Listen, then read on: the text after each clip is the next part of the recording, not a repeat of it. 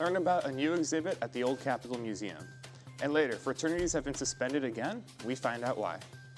We got baseball. Wait, baseball in February? That just seems crazy, but we got a preview for the Hawks later in sports.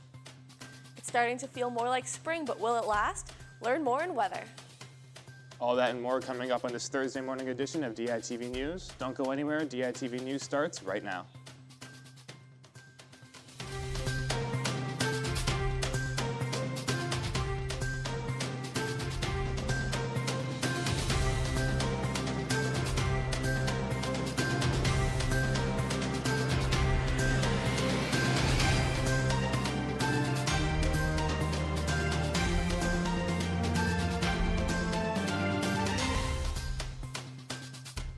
Good morning and thank you for tuning in. I'm Shivan Shahuja. This year marks the 100th anniversary of the 19th Amendment, which first allowed women the right to vote back in August of 1920. The Old Capitol Museum is commemorating this event with an exhibit called Hard Won, Not Done. The exhibit opened to the public on Thursday, January 30th. Visitors can learn more about the significance of the 19th Amendment by exploring the work of suffragettes on their path towards gender equality throughout history. Hard Won, Not Done is open now and will remain available until Thursday, December 31st. More than a year ago, after the university removed 4 fraternities from campus, 3 more fraternities were just suspended. We want to know why and where the plan to address the problems in the community is at. We have the Daily Iowans managing editor Brooklyn Drazy in the newsroom to tell us what's going on. So Brooklyn, why did the university suspend these fraternities? So Phi Kappa Psi, Phi Delta Theta, and Sigma Chi have all been suspended pending investigations into policy violations. Both Phi Kappa Psi and Phi Delta Theta are being investigated for having unregistered social events where alcohol may have been present. They were both suspended by the University of Iowa. As for Sigma Chi, who was actually suspended by their own national fraternity, we don't know exactly what happened, but we do know it was for an incident that occurred before February 10th. Whatever happened to the fraternity and sorority life strategic plan? Will the plan be released soon? We hope so. The last update we received on the fraternity and sorority life strategic plan came in October 2019 in an interview with former Vice President for Student Life, Melissa Shivers. She said that open forums with the Greek community had just ended and she was expecting a draft by the end of the month. Melissa Shivers has since then left the UI and gone to Ohio State for a new position, and we have received no draft and received no updates. That was Brooklyn live in the newsroom. Well, the sun's starting to come out. For more on this week's forecast, let's throw it to Grace. I don't know about you, but I'm putting my winter jackets away for good after seeing this week's temperatures. This morning it's partly cloudy and 29 degrees, but this evening it will rise to around 35 degrees. Tomorrow it will remain partly cloudy with a high of 37 and a low of 21. Saturday will be sunny and have a high of 53 and a low of 40. Sunday will be a beautiful sunny day with temperatures reaching the 60s. Sunday will cool down a little bit with a 40% chance of rain and temperatures in the high 40s. It's not quite feeling like spring yet, but in the Midwest, this is about the best you can get in February. Back to you, Shivansh. A worldwide corporation will make its way to Iowa City this summer, but concerns have risen from locals. Target plans to open its doors in Iowa City this summer, but the location may cause a problem with parking. Iowa City Councilwoman Mazahir Salih says there are no current plans to build more parking spaces or ramps. She believes this will encourage more people to walk. To us, we'd like to minimize parking so people can be walking, so we can reduce carbon emission and all this. Iowa City plans to reach its goal of less carbon emission by 2050. Well, women's basketball is in the news, so I'm going to pass it over to our sports desk, Zach.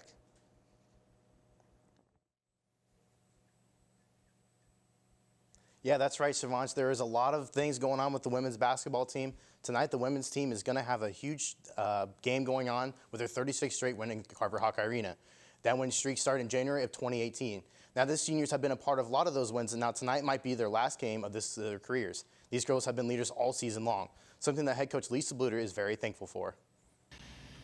I mean, they've been tremendous. I mean, people really were counting us out before the season even began. And I think, you play for your seniors. And I think your seniors show your leadership and they set the bar. And these guys have done a great job all year. So they've been unbelievable.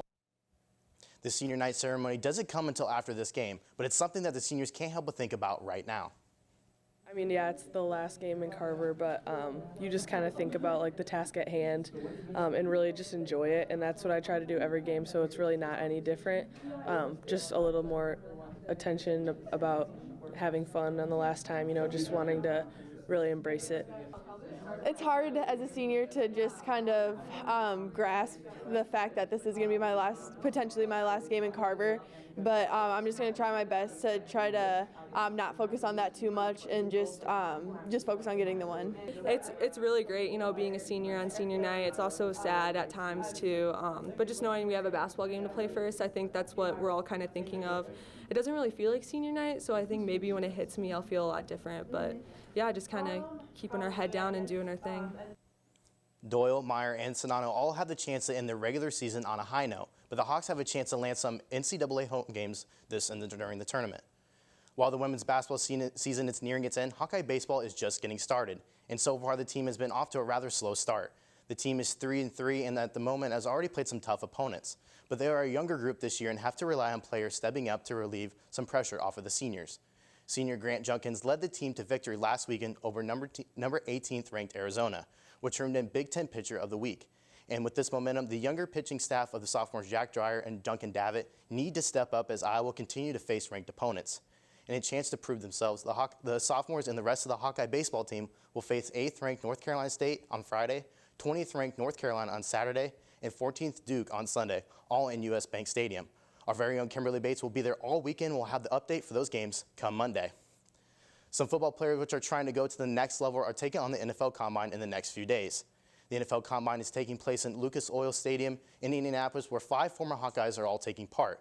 Tristan Riffs, AJ Epinesa are predicted to go in the first round, which comes with some of the big names to look for in the NFL Combine. But keep your eyes out for Nate Stanley, Geno Stone, and Michael Ojemudia. The Combine is taking place through March 2nd. As to where these former Hawkeyes will end up, we will not know until the NFL Draft, which is set to take place on April 23rd.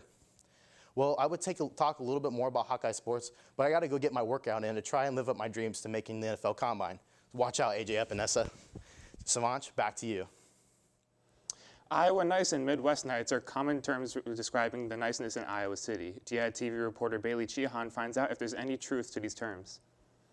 A 2013 study from Cambridge University found high levels of extroversion and agreeableness in people from the Midwest. I'll go somewhere and I'll just start talking to someone like I already know them, or like they're my neighbor I grew up with, and then I'm like, oh wait, these people are strangers and I don't actually know them. There's a lot more of a relaxed energy that I think comes with being in Iowa that I really like a lot. One of the psychologists a part of the study, Dr. Jason Renfro, said, quote, "We labeled the Midwest friendly and conventional, which was marked by high levels of extroversion, agreeableness, conscientiousness, and low levels of openness," end quote. While being extroverted but not open can be confusing, Renfro said that Midwesterners are extroverted and sociable, but not open to new ideas. Midwesterners are known for their outward friendliness and internal closed-mindedness. While Midwest nice can come across as genuine, it can also come across as passive-aggressive. I think it can definitely veer into passive-aggressive territory. It's definitely a fun little weapon to use when you're trying to be a little obnoxious to people you don't necessarily like.